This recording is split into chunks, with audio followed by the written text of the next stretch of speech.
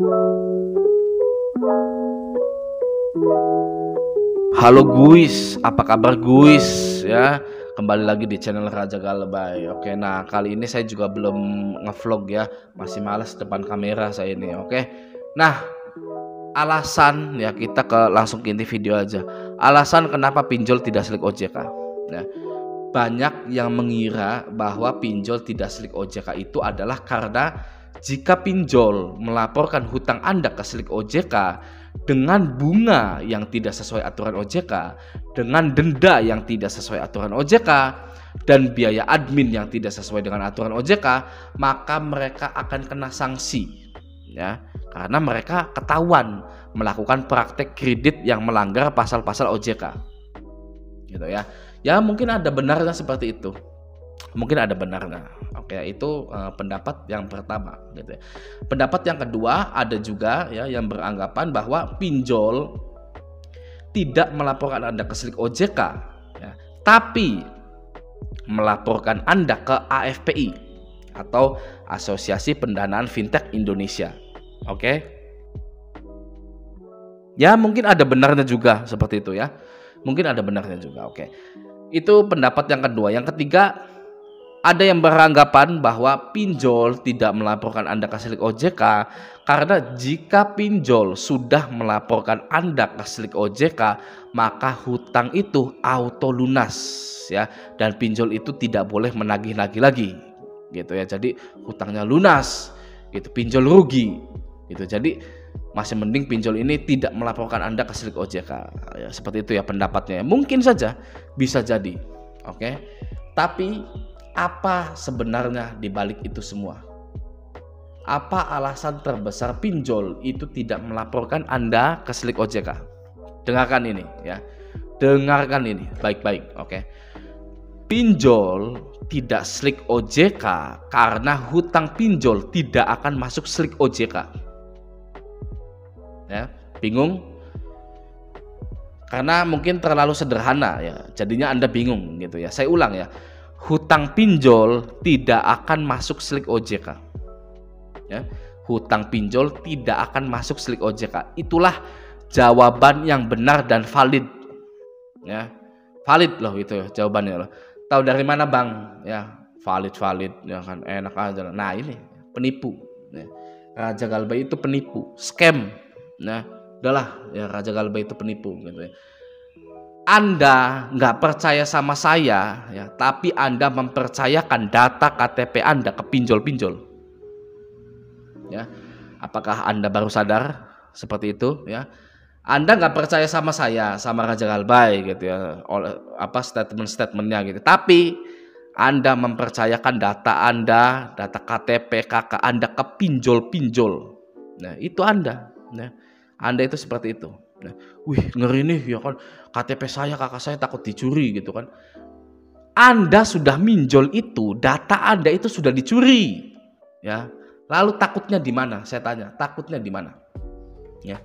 Anda sudah minjol ya, data KTP kakak Anda itu sudah dicuri. Lalu takutnya di mana? Tanda tanya besar. Nah, ibaratnya orang sudah bangkrut, takut bangkrut. Ya. Ibaratnya orang sudah miskin, takut miskin ya. Orang datanya sudah dicuri, takut dicuri. Gimana ceritanya coba ya? Makanya berbahagialah Anda yang Galbay dipinjol di banyak aplikasi itu, karena data Anda sudah busuk, sudah tidak bisa digunakan untuk tujuan keuangan ya.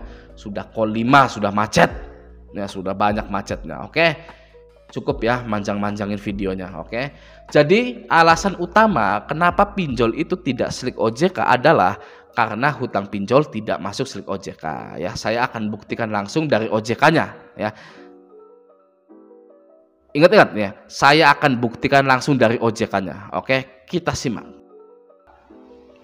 Ini langsung dari OJK-nya ya. Nih saya buka nih ya. Ini langsung dari OJK-nya. Saya tidak mengada-ngada gitu ya. Oke. Di sini ya kita baca.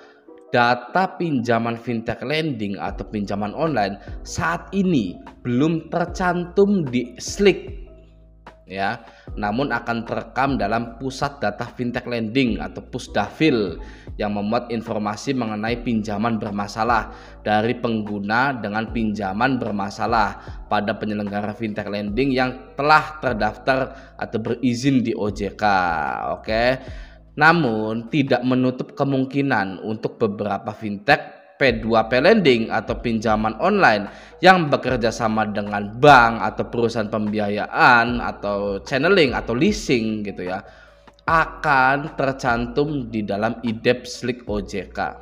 Oke, ya, ini langsung dari langsung dari OJK-nya. Jadi data pinjaman fintech lending atau pinjol itu saat ini belum tercantum di Slik ya. Oke, belum tercantum di Slik OJK, namun akan terekam dalam Pusdafil, Pusat Data Fintech Lending. Sedangkan untuk pengajuan KUR atau Simpedes atau KUM Mandiri itu ya, itu kan pakainya Slik OJK, bukan Pusdafil. Pusdafil itu khusus pinjol fintech ya. Pusdafil itu khusus pinjol, bukan kredit konvensional seperti ya tadi gitu ya, leasing gitu kan, terus juga KUR, BRI, KUM-nya Mandiri gitu kan.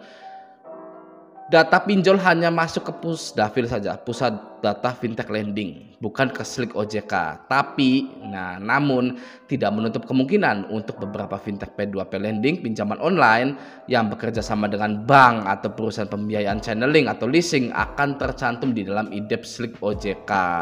Oke ya.